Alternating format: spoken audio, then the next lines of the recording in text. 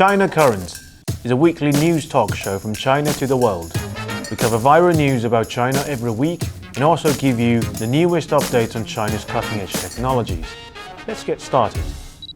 Welcome to China Currents, your weekly news report on what's happening in China. I'm Lisa. In this episode, in Egypt, American fighter jets lost to China's. Lebanon pager attacks affect iPhone sales in China. Taiwan hacker army won the Chinese netizens' laughter with a hilarious performance. Chinese workers prove they are the best in France. First, let's focus on the latest achievement of China's arms sales. According to Chinese media, the paper, on the 16th of September, the Egyptian Air Force will purchase Chinese fighter jets to replace Americans' F-16. The Egyptian Air Force plans to purchase the J-10C fighter jet produced by China's Chengdu Aircraft Industry Group. The aircraft can carry 5,600 kilograms of either missiles and bombs and can fly at a maximum speed of 1.8 Mach. Its combat radius is 550 kilometers, while the direct distance between Cairo and Tel Aviv is 402 kilometers. This means that if Israel has an air show, Egypt's J-10C would only need 11 minutes to get there. While Egypt's specific procurement quantity has not been disclosed, Voice of America claimed that China is expanding and targeting the Middle East regional market. However, according to information disclosed by other American media, the Middle East regional market is evidently being messed up by Americans' unreasonable pricing strategy. In fact, the Egyptian Air Force operates 220 F-16s, making it the fourth largest F-16 operator in the world. Washington had offered Cairo the upgraded F-16V, but the price of it was unreasonably expensive.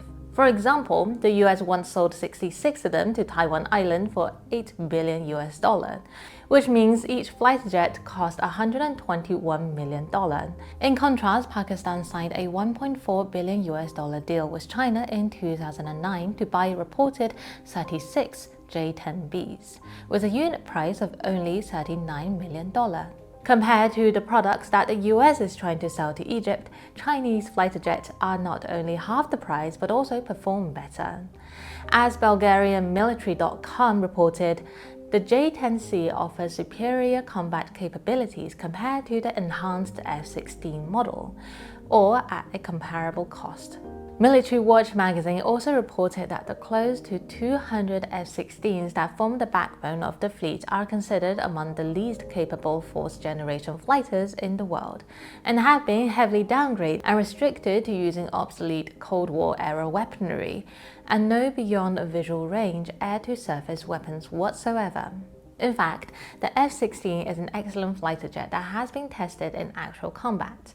However, due to relations with Israel, the US has imposed varying degrees of air combat capability restrictions on the products sold to Egypt, preventing them from posing a significant threat to the Israeli Air Force. For example, they refused to sell the AIM-120 missile, which should originally have been paired with the F-16. This means that Egyptian pilots must rely on AIM-7 missiles with a range of less than 70 kilometers, while Israeli pilots have missiles with at least 105 kilometers range. On the other hand, China's J-10C fighter jet can carry the PL-15 missile, which would allow pilots to strike enemies 300 kilometers away. And the relations between China and Israel is obviously not as close as that between the US. According to the Eurasian Times, China is also promoting its latest stealth fighter jet, the FC-31, to the global market, which has gathered attention in the Middle East. With the American F-35, Israel is currently the only country in the Middle East with stealth fighter jet. However, how long this advantage will last is uncertain. Next up, let's turn our attention to Lebanon, which had a profound impact on Chinese customers. On the 17th of September, hundreds of pagers in Lebanon simultaneously exploded by remote. 12 people have been confirmed dead, including an 8-year-old girl. And 2,750 more have been injured, including the Iranian ambassador to Lebanon. The pager involved in explosions belonged to a Taiwanese manufacturer called Apollo, and their products have been sold 260,000 units in the US and Australia in the past 2 years. A second wave of remote exploding occurred just a day after the first blast, which killed at least 20 people and nearly 450 wounded. According to Al Jazeera, several blasts took place simultaneously, similar to the explosion on the 17th, but the second round was mostly related to walkie-talkies, which were labeled with a Japanese manufacturer, Icon. The New York Times reported that Israel's intelligence agency Mossad allegedly hid explosives inside the pagers, later triggering the explosion remotely. The operation may have been going on for several months and involved at least 5,000 pagers. The exact cause of the explosion remains unknown, but several analysts have suggested that the supply chain of the devices was tampered with or manipulated before reaching Lebanon. Bombs disposal specialist Chris Hunter told Al Jazeera that Israel may have gained access to the supplier. The pager attack sparked concerns about the security of supply chain on Chinese internet. In 2020, the US led a so-called Clean Network initiative against China, especially Chinese technology giant Huawei, which says it seeks to eliminate the long-term threat to data privacy, security, and human rights posed to the free world from authoritarian malign actors. According to the State Department's website, Israel, Japan, and Taiwan authorities are all among the US partners in this initiative. The recent pager attacks have led many in China to question whether US and its allies are really endangering the global supply chain by pushing Chinese products out of the market. On China's largest social media platform Weibo, Xiang Ligang, a blogger with 1.6 million followers, commented that the pager attacks have seriously undermined the credibility of electronic devices worldwide. He noted that many people in China are now questioning the security of products like iPhone and Tesla. Several days after Apple released its latest iPhone, both Pinduoduo, Chinese Temu, and Taobao, the two largest e-commerce platforms in China, have slapped a 4% discount on the high-end iPhone 16 Pro Max, which only came out for 3 days in China. For Chinese consumers, iPhones usually sell out immediately upon release. People queue up and even had to pay extras to scalpers to buy them. Things are changing. Next up, a Taiwanese hacker group were caught by mainland China. On the 23rd of September, China's Ministry of State Security exposed a Taiwanese hacker group specializing in fabricating fake news. Originally, their mission was to hack into the websites of universities and airlines in mainland China to steal confidential data and to spread misleading information through bot accounts, and they unsurprisingly failed. The hacker group, named Anonymous 64, is led by members of Taiwan's Cyber Army, established in June 2017 by Taiwanese authorities. Interestingly, the Taiwanese government denies any involvement.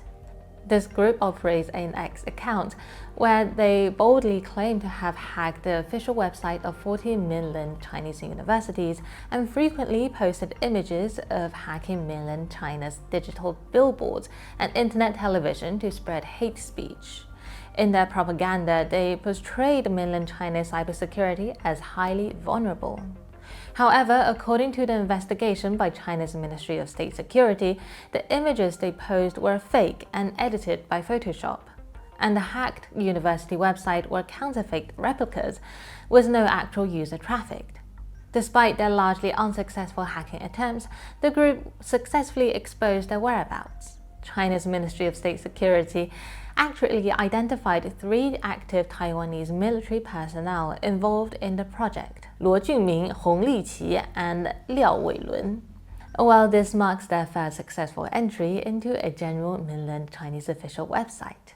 Next, on the 15th of September, the 47th world-scale competition concluded in France. China claimed the top spot in the event, winning 36 gold, 9 silver, and 4 bronze medals. Chinese workers have won gold medals in projects such as aircraft maintenance, automotive technology, autonomous mobile robots, 3D digital gaming art, and cooking. Known as the Olympics for Workers, the week-long competition brought together over 1,600 workers from 69 countries and regions. The players competed across 59 skill disciplines within 6 major categories, including construction, arts, communication, manufacturing, transportation, and services. Workers from Singapore, Thailand, and Indonesia also pulled off amazing results in fields like information technology and engineering. South Africa also sent 26 workers to compete in events related to renewable energy and auto body repair. In fact, outside the competition, Chinese workers also remained close ties with their fellow athletes. Under the Belt and Road Initiative, the Luban Workshop, a vocational education and training network developed by China, allowed workers across Africa and Asia to learn skills from each other. According to the South China Morning Post, there are 33 new Luban workshops across 29 Asia and Africa countries. It was a scheme that was first launched in Thailand in 2016. According to the Chinese Ministry of Education, more than 22,000 students have received vocational training there, with more than 10,000 have gone on to graduate with degrees from affiliated universities.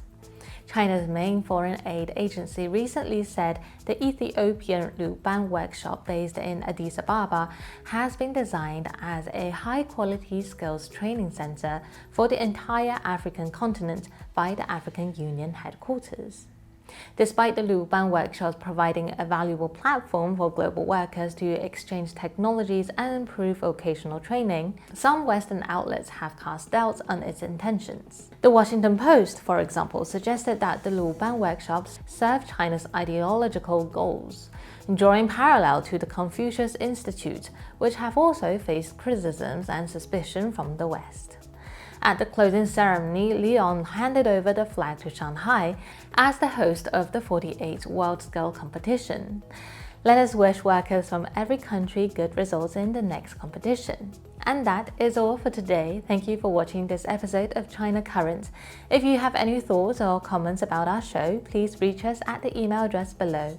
And we look forward to hearing from you and see you next time.